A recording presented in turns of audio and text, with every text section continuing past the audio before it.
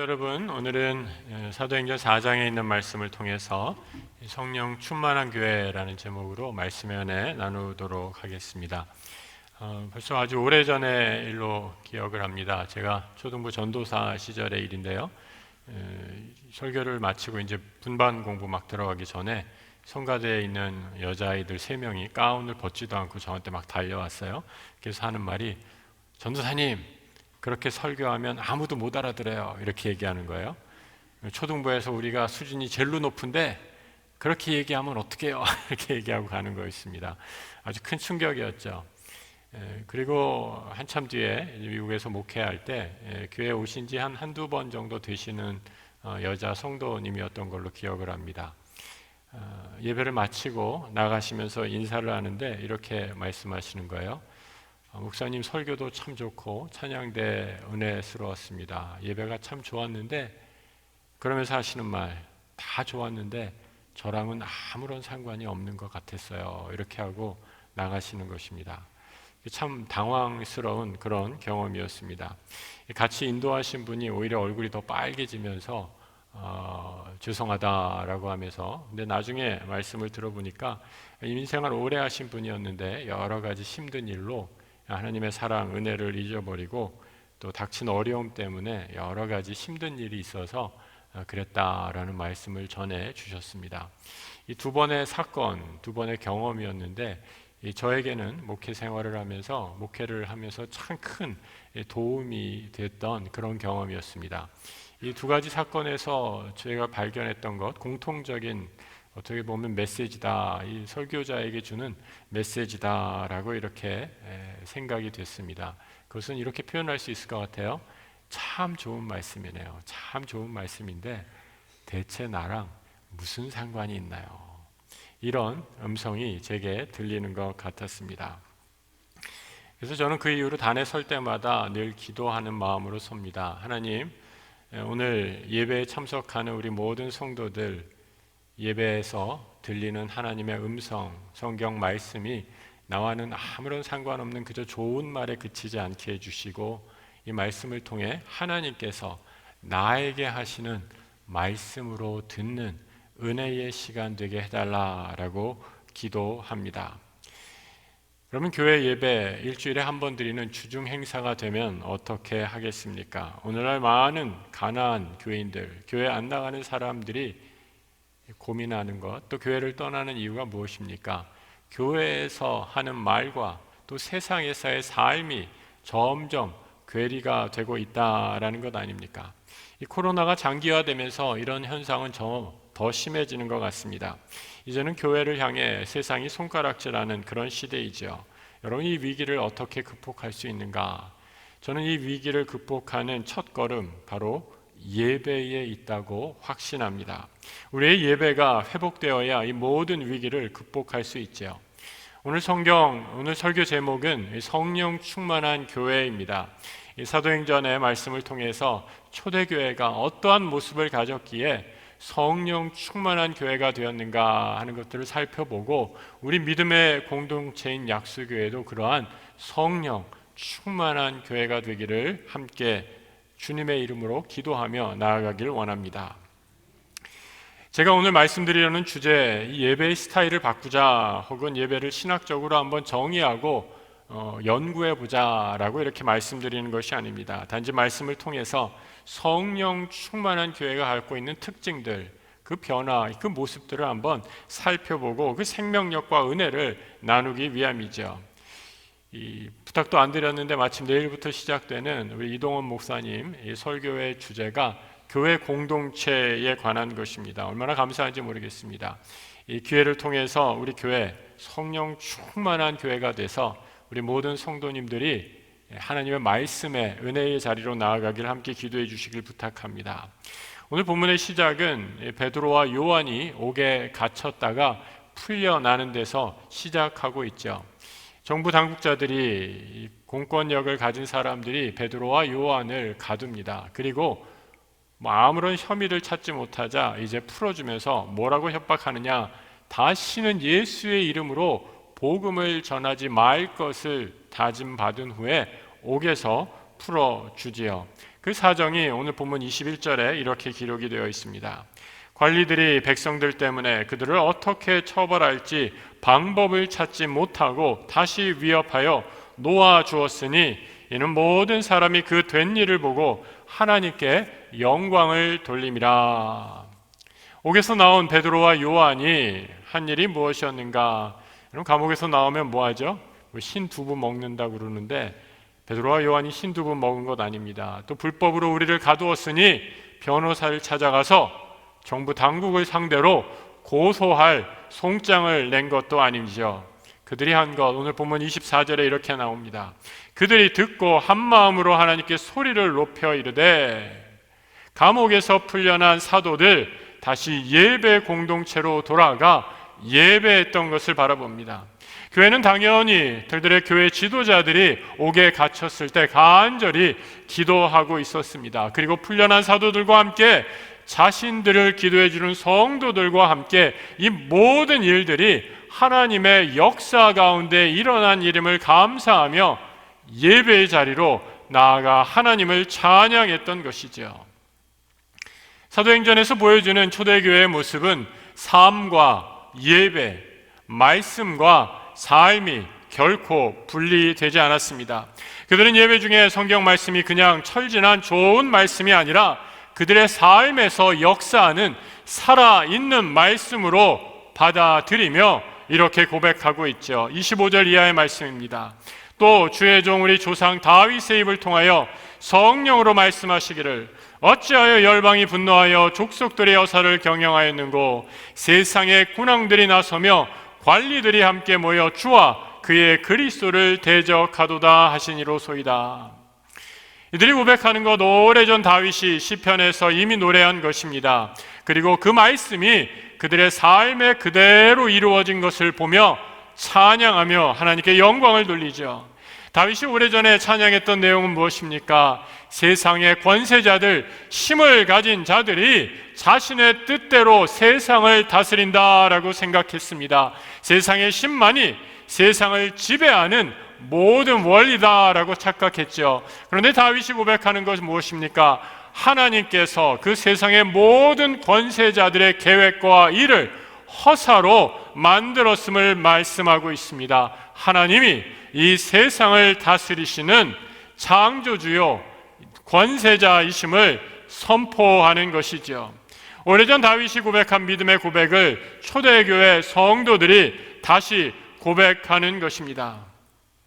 사도행전 성도들을 통해서 이 교회를 보면서 우리가 고백하는 성령 충만한 교회의 첫 번째 조건 무엇입니까? 바로 예배의 주인이 하나님이 되신다라는 사실입니다. 오늘 본문 24절에 이렇게 말씀하고 있죠. 하나님께 소리를 높여 이르되 대주제여 천지와 바다와 그 가운데 만물을 지은 이시오 라고 말씀합니다. 대주제여, 헬라어 데스포테스라는 말입니다.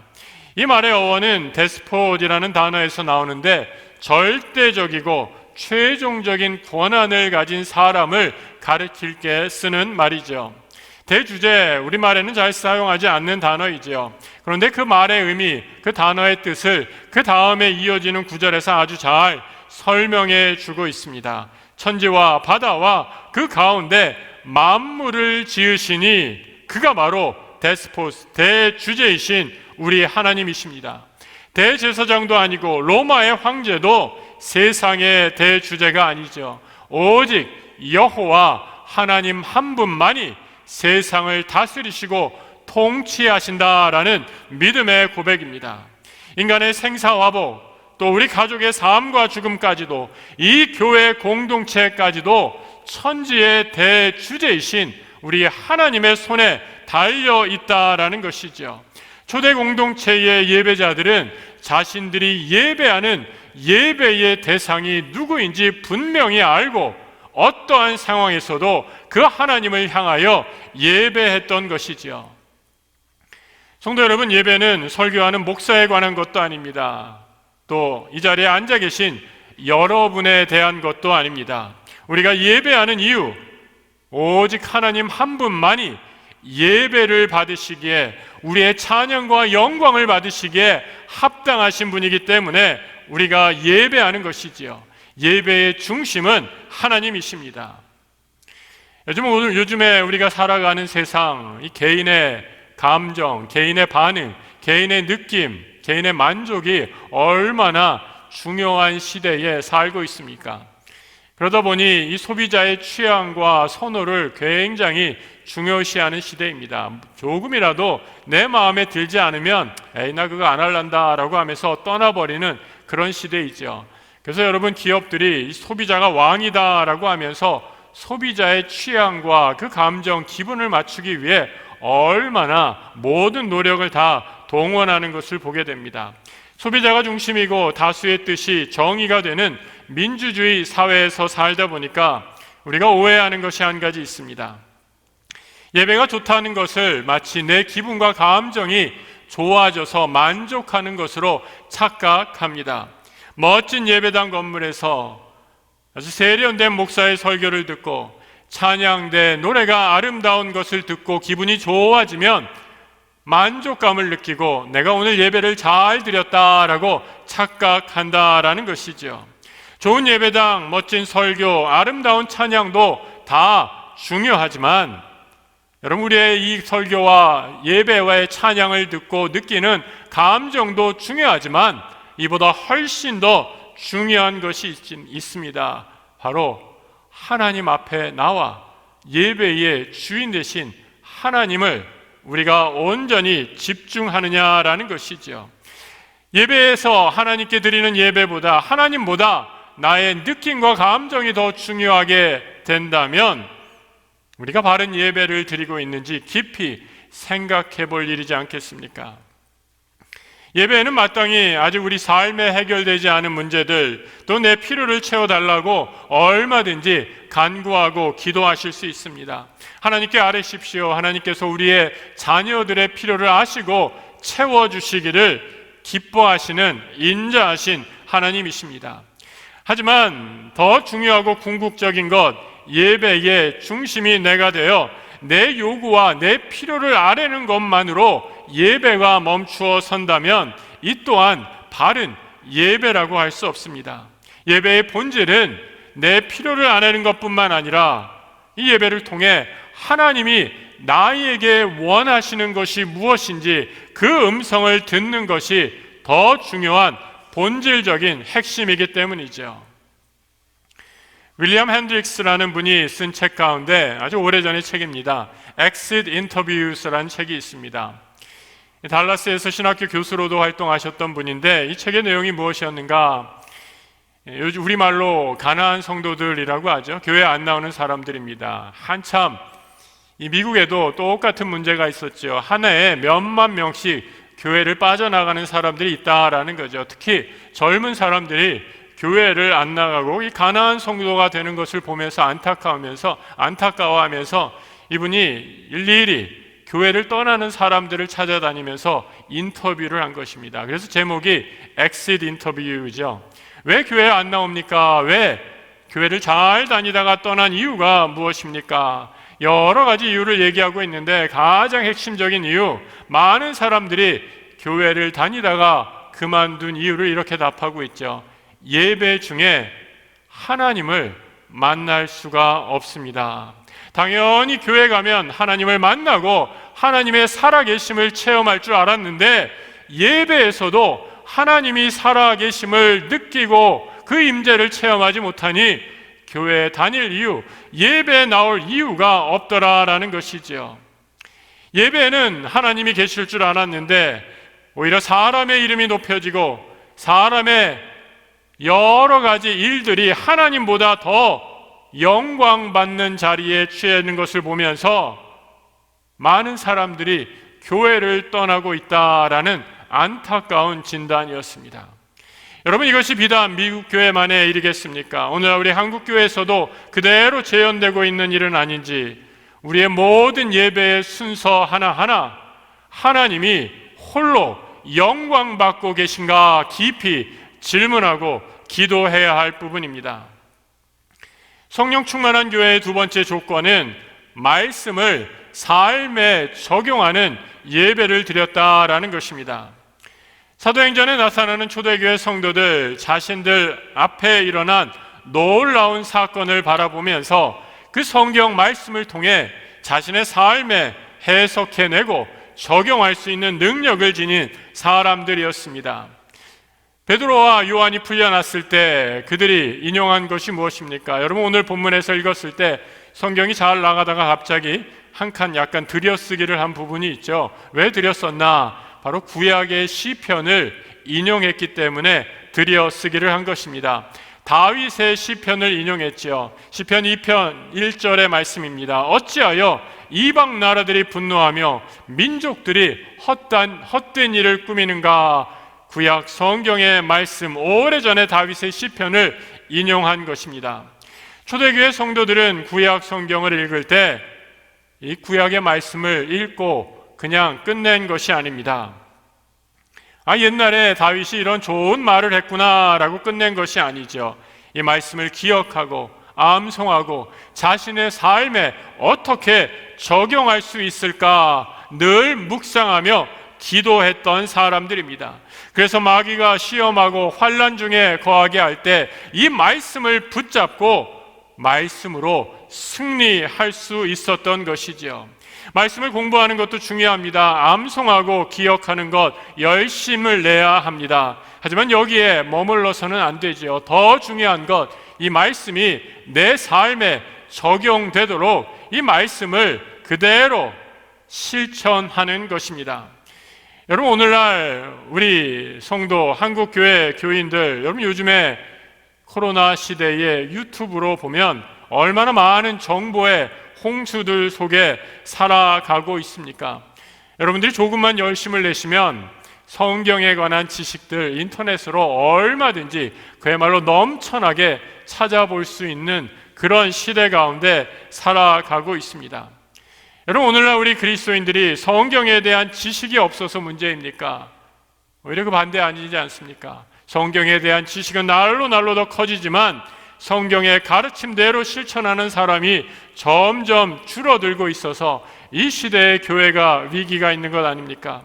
그러다 보니 종교인들은 점점 많아지는데 참된 신앙인들은 찾아보기 힘든 것, 우리 시대의 위기 아닙니까? 19세기의 복음 전도자였던 D.L. 무디의 성경책, 그 성경책의 여백에는 항상 TP라는 영문 이니셜이 적혀 있었다라고 합니다. TP, 여러분 성경 영어 단어의 약자인데요. 이 T, tested, 시험 삼아 보았다라는 거죠. 말씀이 과연 그러한가? 무디가 하나님 말씀의 은혜를 받고 이 말씀대로, 이 말씀이 그대로 이루어지나 시험해 보았다라는 거죠. T라고 글자를 썼습니다. 그리고 이 T자 뒤에 반드시 P자라는 영문 이니셜을 또 넣었죠. P, prove, 증명되었다라는 것입니다. 말씀이 그러한가라고 내 삶의 시험대로 시험해 보았더니 이 말씀이 말씀 그대로 이루어지고 증명되었을 때 P라는 글자를 썼다라는 거죠. 그래서 이 D.L. 무디의 성경책에 그 여백에는 T, P라는 영문 이니셜이 가득했다라고 합니다. 우리 약수교회 모든 성도들, 하나님 주신 말씀을 아멘으로 받아들여서 이 말씀이 내 삶의 생명의 능력으로 증거되는 놀라운 성령 충만의 역사가 있기를 우리 주님의 이름으로 축복합니다. 세 번째로 성령 충만한 교회의 조건, 뜨거운 감동이 있는 예배입니다. 여러분, 우리 예배 드릴 때마다 이런 뜨거운 감동이 있으십니까? 예배 안에도 이 정적이고 동적인 움직임들이 있죠. 동적인 움직임들, 찬양할 때 일어났다 앉았다 하시고 또 헌금을 내시고 또 함께 찬양합니다. 또 지적인 활동이 있습니다. 여러분, 제가 말씀을 선포할 때 여러분들은 아무 말씀도 안 하시고 가만히 들으시는 것이 아니라 끊임없이 생각을 하시죠. 과연 이 말씀이 그런가? 오늘 말씀이 왜 그런가? 라고 하면서 끊임없이 지적인 활동, 때로는 의문과 때로는 확신을 가지면서 여러 가지 지적인 활동을 합니다. 그런데 여러분, 우리 예배 안에 이루어지는 작은 움직임들, 또 지적인 끊임없이 이루어지는 활동이 예배의 전부인가? 결코 아니죠. 이 예배를 통해 우리의 마음이 뜨거워지는 변화가 이루어지는 것이 성령 충만한 예배의 특징입니다. 성령 충만을 어떻게 정의할 수 있을까? 저는 성령 충만함으로 이루어지는 변화라고 정의하고 싶습니다. 감정적인 흥분, 황홀한 경험, 이런 것들, 방언의 은사들 다 성령 충만할 때 이루어지는 묘사이죠. 그런데 성경에서 성령 충만할 때 이루어지는 가장 큰 역사, 그 묘사를 어떻게 하고 있는가? 바로 불로 표현하고 있습니다.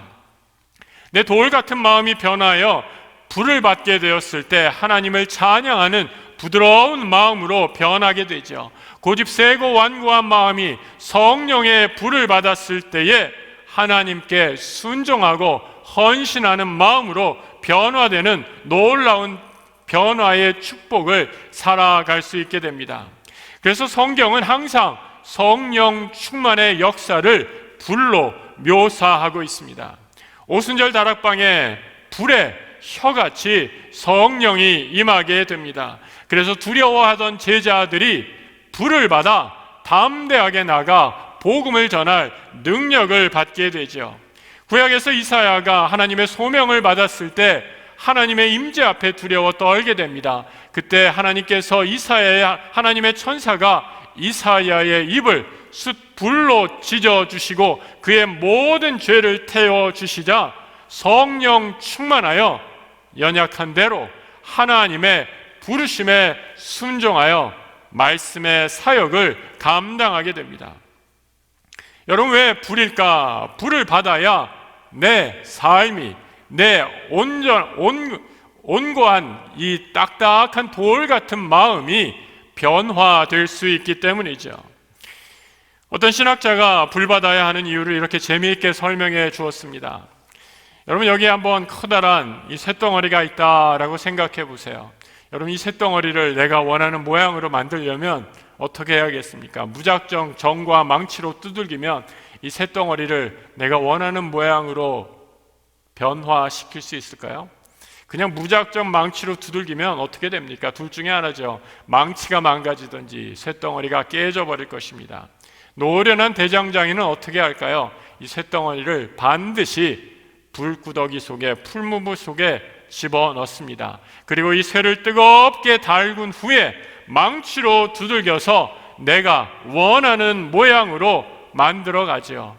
조금 지나서 열이 다시 식어지면 어떻게 합니까? 다시 풀무불 속에 불에 넣어 달구는 것이죠. 성도의 삶도 마찬가지이죠. 우리가 쉬지 말고 기도해야 하는 이유가 무엇입니까? 우리의 심령을 하나님의 영이신 성령으로 불로 달구기 위함입니다. 그래야 말씀을 따라 살아가고 말씀으로 내 삶을 변화시킬 능력을 얻기 때문이죠.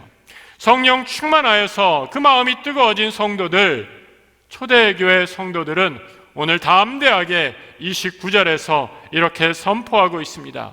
주여, 이제도 그들의 위협합을 굽어 보시고 또 종들로 하여금 담대히 하나님의 말씀을 전하게 하여 주시옵소서.